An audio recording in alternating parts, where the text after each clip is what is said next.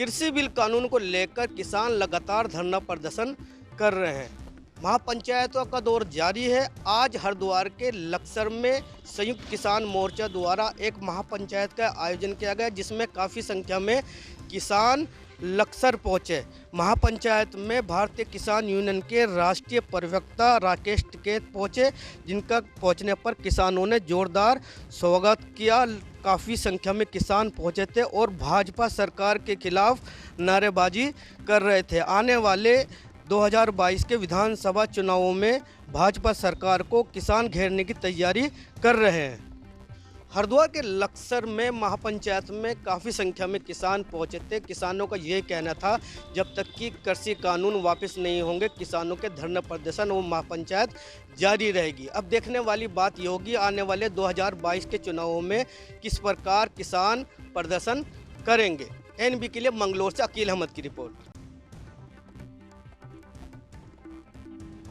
Samajwadi party के पूर्व सांसद स्वर्गीय मोहन सिंह का आज 8वीं यहाँ पे श्रद्धांजलि मनाई गई है बरहज के आश्रम विद्यालय में, जहाँ पर यहाँ के विधानसभा के पूर्व विधानसभा अध्यक्ष माता प्रसाद पांडे मुख्य अतिथि के रूप में मौजूद रहे और वहाँ पे समाजवादी पार्टी के दर्जनों नेताओं ने अपनी बात को रखी और उन्हें श्रद्धा सुमन अर्पित किया। उनको याद करते हुए मोहन सिंह की पुत्री पूर्व राज्यसभा सांसद कनकलता सिंह ने कहा कि पिताजी के प्रेम को मैं कभी नहीं भूलूंगी और देवरिया जिले से लेकर प्रदेश के लोगों को जो प्यार देते थे उससे अधिक देने का प्रयास करूंगी और उनके पचिन्हों पर चल के जनता की सेवा में हमेशा तत्पर रहूंगी। उनका सीधा कहना था कि उनकी नाम पर लोग, पूरे जिले के लोग और प्रदेश के लोग मुझे एक बेटी के रूप में मानते हैं और समाजवादी पार्टी ने मुझे सम्मान दिया है जिसको मैं कभी भुला नहीं सकती हूँ। माता प्रसाद पांडे पूर्व विधानसभा अध्यक्ष जो यहाँ पे मुख्य अतिथि के रूप में आए थे, उन्होंने कहा कि मोहन सिंह की पद चिन्हों पर चलकर समाजवादी पार्टी आज इस ऊंचाई पे पहुंची है और उनकी कमी कभी भी पूरा नहीं की जा सकती है। आने वाले दिनों में उनके ही पद चिन्हों पर चलकर अपने देश और प्रदेश का विकास किया जा सकता है। इस दौरान समाजवादी पार्टी के दर्जनों नेताओं ने अपनी बात रखी और गीत सांस्कृतिक कार्यक्रम के बाद वहाँ पे विद्यालय के अध्यापक, गुरुजनों और समाज के विशिष्ट लोगों का सम्मान भी पूर्व राज्यसभा सदस्य जो कनकलता सिंह जी, उन्होंने सबका किया और सबके प्रति आभार प्रकट किया है। देवरिया से विशाल मिश्रा, एनबी न्यूज।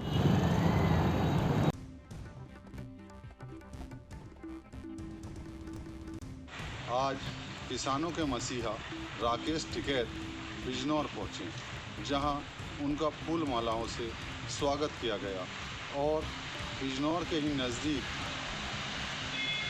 रशीदपुर गढ़ी पहुंचकर उन्होंने एक प्रेस वार्ता की और किसानों से मुलाकात की, जहां हज़ारों की तादाद में लोगों ने उनका स्वागत किया। उसके बाद मंडावर पहुंचे। मंडावर में भी महिलाओं ने और किसानों ने फूलों से उनका स्वागत किया और उन्होंने कहा कि फसल का कोई रेट है, ना गन्ने का पेमेंट हो रहा है। इस पे किसानों से बातचीत की। तो ज़्यादा लंबा कहाँ चले गया आंदोलन? आप छोटे प्रेस से बड़े में जाना चाहो, छोटे शहर से बड़े शहर में जाना चाहो, किसी का 4 कमरों का मकान है उसे 10 का चाहिए, किसी का 2 बीघे जमीन है उसे 100 बीघे चाहिए, छोटा फार्म बड़ा हो चाहिए, छोटी मोटरसाइकिल उसे बड़ी चाहिए। आंदोलन छोटा कैसे हो जाएगा? आंदोलन भी बड़ा ही होगा।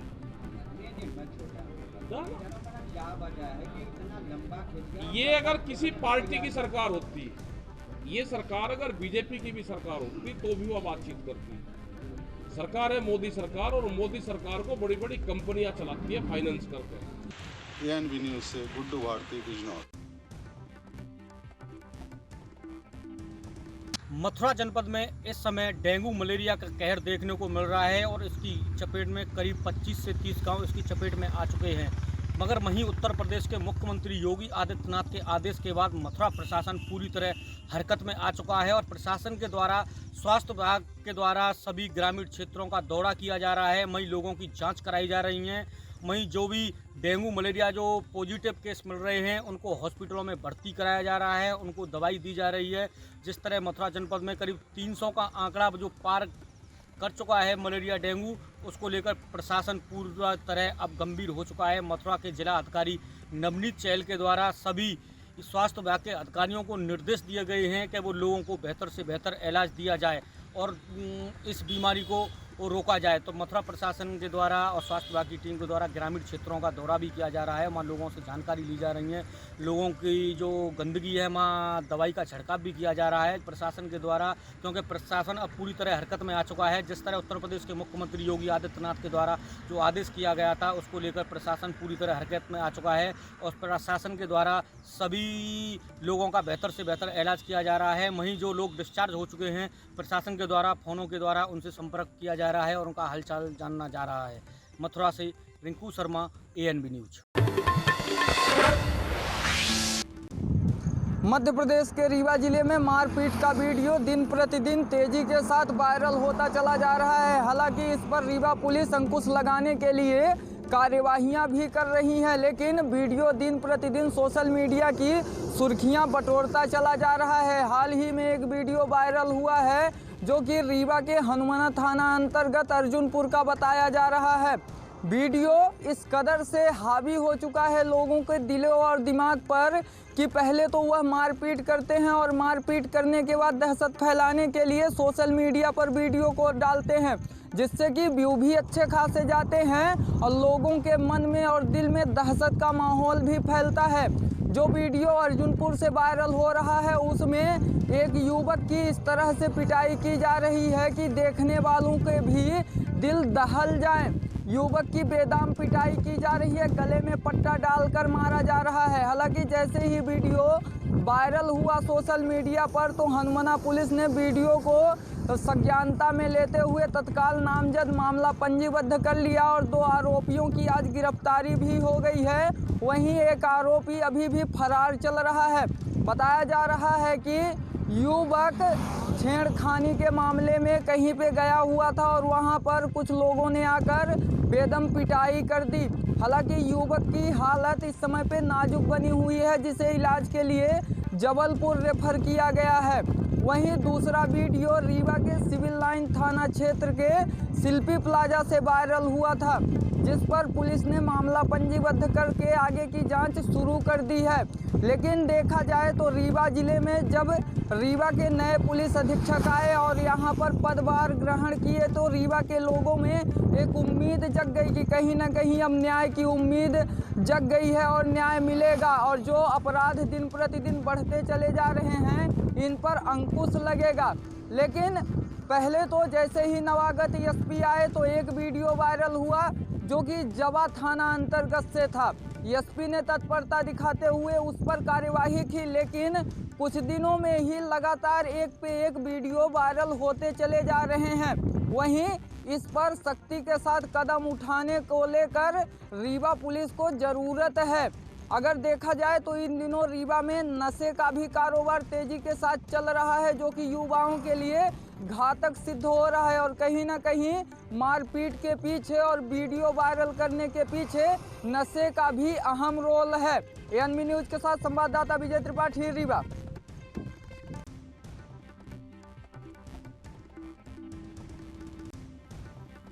संभल में डग्गामार वाहनों का लगातार कहर देखने को मिल रहा है, जहां पर लगातार डग्गामार वाहनों से सड़क हादसे होते हुए नजर आ रहे हैं। इसी के तहत में NH 509 Chandausi Moradabad highway road थाना बनियाठेर के करीब में एक सड़क हादसा हो गया। इस सड़क हादसे में 2 लोग गंभीर रूप से घायल हो गए। आपको बता दें कि चंदोसी की ओर से आ रही DCM और मुरादाबाद की ओर से आ रही डग्गामार बस के तेज रफ्तार के चलते सड़क हादसा हो गया।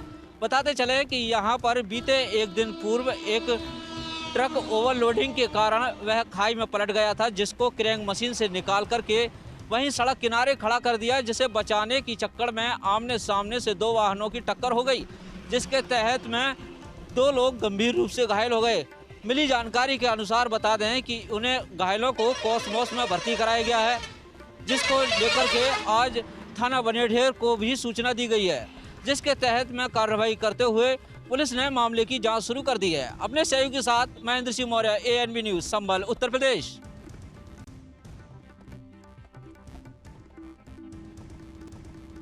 इस समय हम सोहरतगढ़ ब्लॉक के सिचकुड़िया गांव में खड़े हैं, जहां राशन वितरण हो रहा है।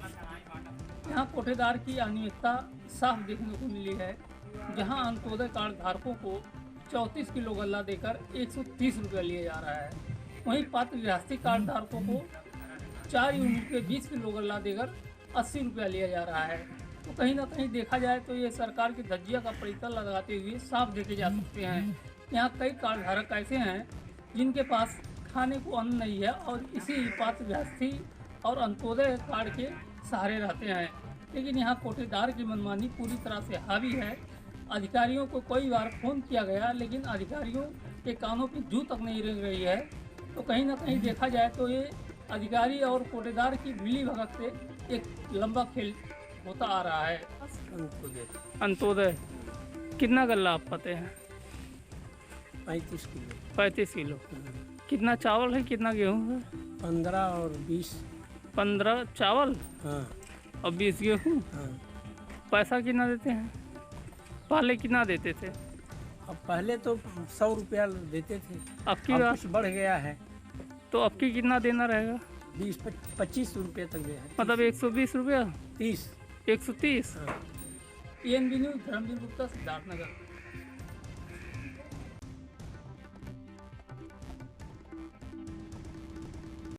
अपराधियों की धरपकड़ हेतु चलाए जा रहे अभियान के क्रम में आज रामगंज पुलिस व स्वाट टीम को बड़ी सफलता हाथ लगी है, जिसका खुलासा पुलिस अधीक्षक कार्यालय पर पुलिस अधीक्षक दिनेश सिंह ने किया है। उन्होंने बताया कि मुखबिर की सूचना पर जो है सड़क पर जो वाहन चेकिंग अभियान चल रहा था, जिसमें जो है एक संदिग्ध व्यक्ति को बाइक सवार को रोकने का प्रयास किया गया, जो रुका, जिसके पास से जो है पूछताछ पर कागज न दिखा पाने के कारण जो है उसके जब कड़ाई से पूछताछ की गई तो पता चला कि वो जो है बाइक चोर है और वो जो है कुल मिलाकर उसके पास से 10 बाइकें बरामद हुई हैं। वहीं पर और जब पूछताछ की गई तो बताया कि हमारा एक साथी और भी है जो इस चोरी की घटना में वो साथ रहता था और अंजाम देता था। वहीं पर पुलिस अधीक्षक ने बताया कि ये लोग जो है साथी चोर हैं जो विभिन्न जनपदों में, चाहे सुल्तानपुर, प्रतापगढ़ और रायबरेली, इन जनपदों में बाइक की चोरी करते थे और उनकी नंबर प्लेट बदलकर विभिन्न जनपदों में बेचते थे। फिलहाल पुलिस की इस घटना का खुलासा करते हुए कहीं ना कहीं वाहन चोरों को पकड़कर एक अच्छा काम किया है। कैमरामैन संजय यादव के साथ राजकुमार जायसवाल, NV न्यूज़, अमेठी।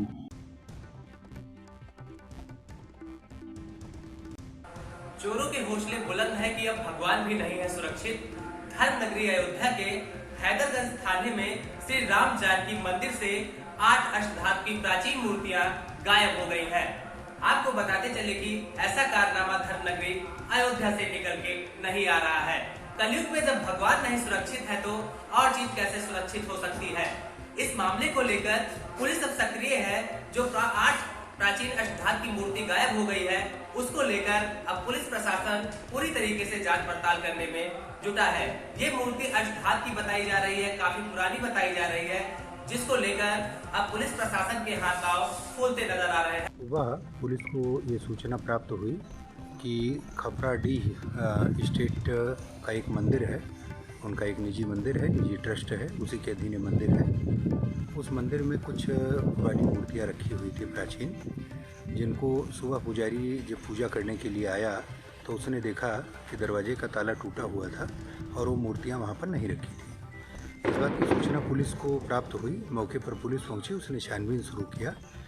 जिन 9 मूर्तियों के संबंध में ये बात कही जा रही थी कि वहाँ पर नहीं थी, उनमें से एक मूर्ति वहीं मौके पर गिरी हुई थी जो पुलिस की तलाश में वहाँ पर मिली, और 8 मूर्तियाँ वो अभी बरामद नहीं हुई हैं। इसके संबंध में ट्रस्ट की तरफ से जो वहाँ के प्रबंधक हैं उनकी तरफ से तहरीर प्राप्त हुई है। मौके की छानबीन करके डॉग स्क्वाड और सर्विलांस टीम की मदद से पुलिस इस पर कार्रवाई कर रही है। जो भी इसमें तथ्य प्राप्त होते हैं उसके अनुसार अग्रेतर विधिक कार्रवाई की जाएगी। वीडियो पर्सन मोहित के साथ Gaurav Mishra, NV news channel, Ayodhya.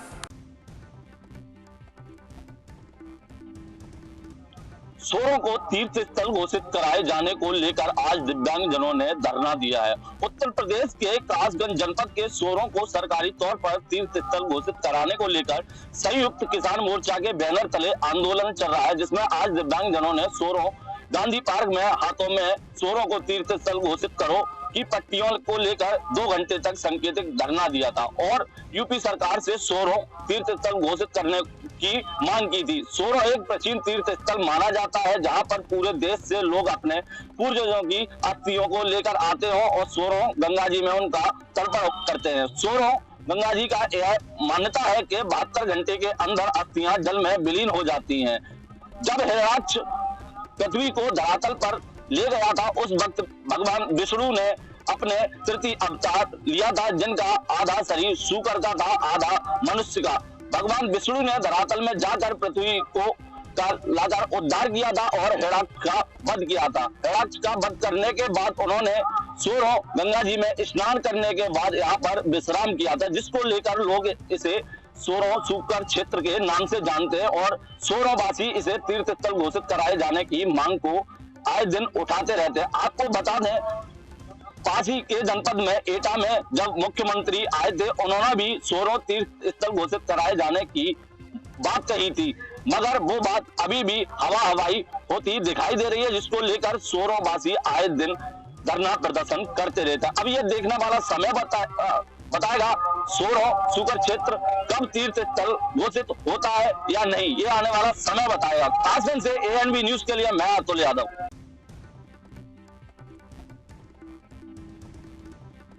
यह कुशीनगर जनपद के मोतीचक ब्लॉक के भलुई में स्थित यह राजकीय औद्योगिक प्रशिक्षण संस्थान है, जहां इस संस्थान पे करोड़ों रुपए लगाकर सरकार ने इस बिल्डिंग को बनवाया और यह बिल्डिंग अपने आप में अनोखा है, लेकिन भ्रष्टाचार के भेंट चढ़े इस बिल्डिंग की तस्वीरें देख के आप साफ तौर से अंदाजा लगा सकते हैं कि यह जो बिल्डिंग है भ्रष्टाचार के भेंट चढ़ किस तरह अपने बदहाली पर आंसू बहाती नजर आ रही है। यहाँ औद्योगिक संस्थान में बच्चे पढ़ते हैं, लेकिन यहाँ बच्चे आपको नजर नहीं आएंगे। वजह यह है कि यह बिल्डिंग अभी भी आधा अधूरा है और 2015 में ही मार्च 2015 में इसका जो है कार्य संपन्न कागजों में करा दिया गया है, लेकिन जमीनी धरातल की तस्वीरें बयां कर रही है कि किस तरह यह आधा अधूरा बिल्डिंग अपने बदहाली पर आंसू बहा रहा है। सरकार भले ही अपने विकास कार्यों और योजनाओं की बखान कर पीठ थपथपाती हो और टीवी समाचार पत्रों में प्रचार के माध्यम से जनता को दिखाती हो, लेकिन यह ANB न्यूज के टीवी स्क्रीन पे आप साफ तौर से तस्वीरें देख सकते हैं कि किस तरह यहाँ बदहाली स्थिति में पड़ा यह बिल्डिंग अपने बदहाली पर आंसू बहाता नजर आ रहा है। इस पे न तो स्थानीय विधायक की नजर है और न ही यहाँ के जिम्मेदार अधिकारियों की। कुल मिलाकर यह बिल्डिंग भ्रष्टाचार के भेंट चढ़ गई है। तो यहीं दूर दराज इस इलाके के बच्चों को पढ़ने के लिए प्रशिक्षण के लिए बनाया गया ITI कॉलेज यह पूरी तरह भ्रष्टाचार के भेंट चढ़ गया है। अब देखना यह है कि यह बिल्डिंग कब पूर्ण रूप से बन के कंप्लीट होती है या इसी तरह बिना प्रशिक्षण पाए बच्चे यहाँ न तो आए और न ही यहाँ कोई शिक्षक आए, न ही यहाँ कोई प्रशिक्षण हो, इसी तरह बिल्डिंग पड़े धराशायी हो जाए या खंडहर में तब्दील होता नजर आ रहा है। लेकिन यहाँ अभी तक कोई बच्चा यहाँ प्रशिक्षण प्राप्त नहीं किया है।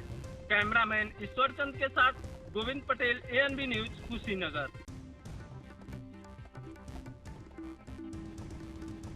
NHI पे रोड के सफ़र पर आम जनता जो सफ़र कर रही है वह सावधान हो जाइए, क्योंकि NHI के प्रोजेक्ट डायरेक्टर जो है मुदित गर्ग जी इस वक्त हमारे साथ आए। इन्होंने आशंका जताई है कि कभी भी यहाँ पे बड़ा हादसा हो सकता है। हम पूरी जानकारी बताते हैं आपको, क्योंकि जो किसान लगभग 9 महीने से वहाँ पे आंदोलन कर रहे हैं अपनी मांगों को लेकर, उन्होंने सड़क के अंदर कुछ खड्डे कर दिए जहाँ पे पेड़ पौधे उग गए हैं। उसको लेकर NHI के प्रोजेक्ट डायरेक्टर ने आशंका जताई है। सीधी बात कर लेते हैं कि क्या क्या दिखते हैं और इन्होंने अपनी कंप्लेंट कहाँ पे की है। सर क्या कहना चाहोगे? देखिए, आपको जैसे जानकारी है, पिछले लगभग 9-10 महीने से किसानों ने यूपी बॉर्डर पे गाजीपुर पे धरना दिया हुआ है और हम लोग उसकी मेंटेनेंस नहीं कर पा रहे हैं। ना तो हमारा स्टाफ वहाँ जा पा रहा है, ना हम कोई देखभाल कर पा रहे हैं।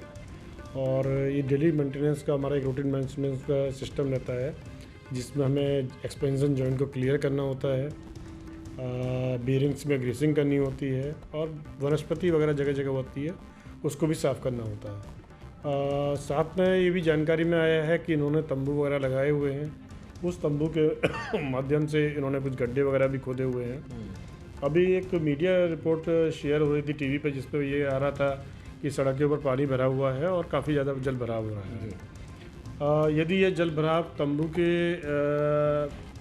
जो पोल्स लगे हुए हैं उसके माध्यम से सड़क के नीचे जा रहा होगा तो एक बहुत बड़ा खतरा हो सकता है सड़क के लिए, सड़क की लाइफ के लिए और ब्रिज के लिए, और जो किसान बैठे हैं उनके लिए भी खतरा हो सकता है, और आम जनता के जो इसके नीचे बैठी हुई है या जो इसका इस्तेमाल कर रही है उसके लिए भी खतरा हो सकता है। तो सर आपने क्या इस खतरे को देखते हुए क्या जो किसान नेता वहाँ पे उनसे रिक्वेस्ट करी या इसकी शिकायत आपने कहाँ की?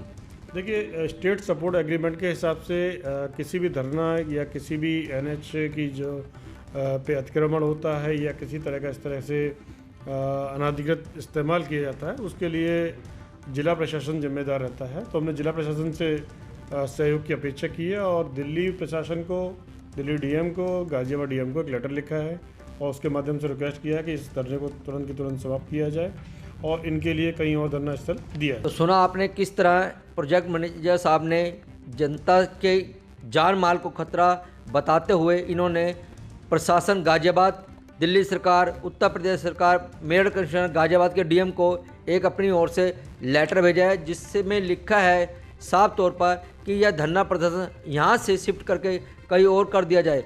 अगर वह धरना प्रदर्शन वहाँ से नहीं हटता तो यहाँ पर कभी भी बड़ा हादसा होने की आशंका जताई जा रही है। गाजियाबाद से कैमरा पर्सन सोनू के संग में परवीन अरोड़ा, ANB न्यूज के लिए।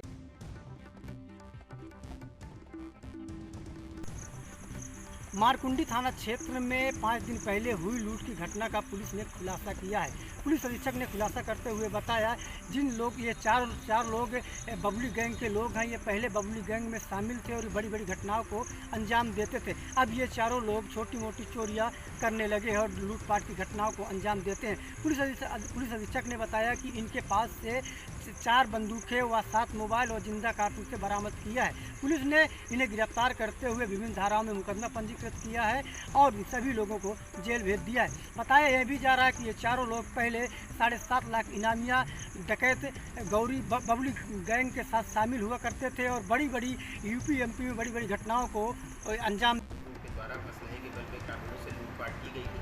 इसी संदर्भ में इनकी गिरफ्तारी के लिए पुलिस टीमों का गठन किया गया था, जो जंगलों में निरंतर बॉम्बिंग कर रही थी और इसी में पुलिस को सफलता मिली है और ये 4 अभियुक्त गिरफ्तार किए गए हैं। इनके पास से लूटे गए 7 मोबाइल बरामद किए गए हैं और 4 राइफलें बरामद की गई हैं और कुछ कारतूस भी बरामद किए गए हैं। इन सभी चारों व्यक्तियों का एक विस्तृत आपराधिक इतिहास रहा है। इस संदर्भ में सभी पक्षों की गहनता से जाँच की जा रही है और अग्रिम कार्रवाई हो रही है।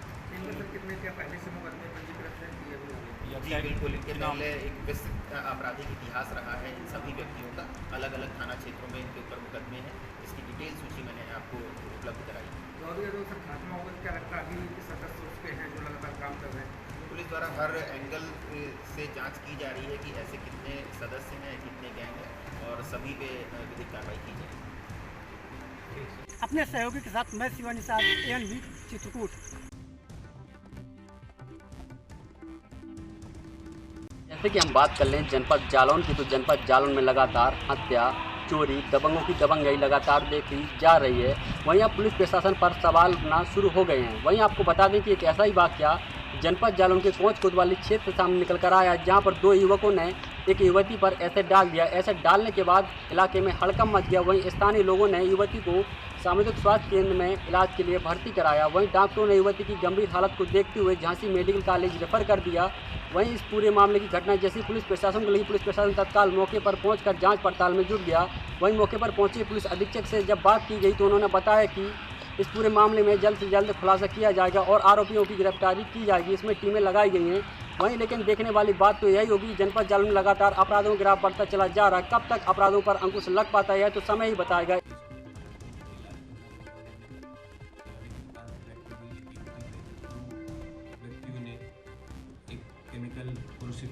देख के भाग गए हैं। इस घटना का संज्ञान लेते हुए मेरे द्वारा अभी घटनास्थल पर निरीक्षण किया गया है। घायल युवती को भी इलाज के लिए तुरंत पीएचसी में भर्ती कराया गया, जिसके बाद स्पेशल ट्रीटमेंट के लिए झांसी रेफर किया गया है। इस घटना को तुरंत से तुरंत वर्कआउट करने के लिए सभी टीमें लगा दी गई हैं और जल्द ही इस घटना का नामकरण किया जाएगा। ANB news Mangrajpur Jalaun. झांसी जिले के कोतवाली थाना क्षेत्र अंतर्गत उस समय हड़कंप मच गया जब एक युवक को कुछ लोगों ने जिंदा जलाने का प्रयास किया।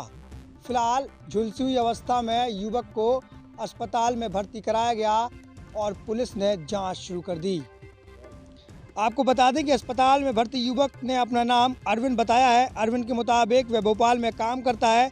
आरोप है कि कुछ लोगों ने उसे धोखे से झांसी बुलाया, इसके बाद कहीं ले जाकर उसे जिंदा जलाने के मकसद से आग के हवाले कर दिया। गनीमत रही कि समय रहते आग बुझ गई। इस दौरान वह गंभीर रूप से झुलस गया। झुलसी अवस्था में उसे उपचार के लिए अस्पताल में भर्ती कराया गया। घटना के बारे में जब इसके बारे में पता लगाया गया तो कुछ और ही मामला सामने आया। फिलहाल पुलिस ने इस पूरे मामले में अभियुक्त को गिरफ्तार कर लिया है।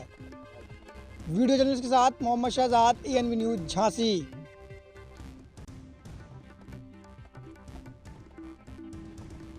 जनपद में अचानक मौसम नीली करवट के बाद जहां गर्मी से काफ़ी लोगों को राहत मिली है, तो वहीं दूसरी ओर नगर निगम के दावों की पोल खुलती हुई नजर आई है। नगर में एक बार फिर मौसम विभाग की भविष्यवाणी सही साबित होती हुई नजर आ रही है। मौसम विभाग ने जिस तरह से बरसात का अलर्ट जारी किया था, उसी हिसाब से आज जमकर मेघा भी बरसे, तो वहीं दूसरी ओर नगर निगम के दावों की साफ तरीके से पोल खुलती हुई नजर आई है। जगह जगह नालियाँ चौक होने के बाद बरसात का पानी मार्गों पर भारी मात्रा में देखने को मिला। देखिए, बरसात हुई, मौसम आज बड़ा खुशनुमा हुआ और इसमें इतनी गर्मी से लोग तंग थे। एक तरफ खुशी का भी माहौल है कि चलो गर्मी से निजात मिली। किसानों के लिए भी बहुत अच्छी बरसात है फसलों के लिए। लेकिन सबसे बड़ी बात है कि रुद्रपुर महानगर की अगर हम बात करें तो रुद्रपुर महानगर में जैसे कि थोड़ी सी बारिश में यहाँ के सारे जो खोखले इनके वादे हैं जो इन्होंने बनाए हैं निगम के और विधानसभा के, ऐसे तार हो जाते हैं कि पानी जो है घुटनों तक पानी बढ़ जाता है। लोग उसमें गिरते रहते हैं, चोटिल होते रहते हैं और जगह जगह जो है बरसातों के नाले में पूरा रुकाव हो गया, पूरी जगह पानी भर जाता है। ये हालात नगर निगम के विधानसभा के हैं। अपने सहयोगी के साथ ANB न्यूज रुद्रपुर से मुमताज अहमद।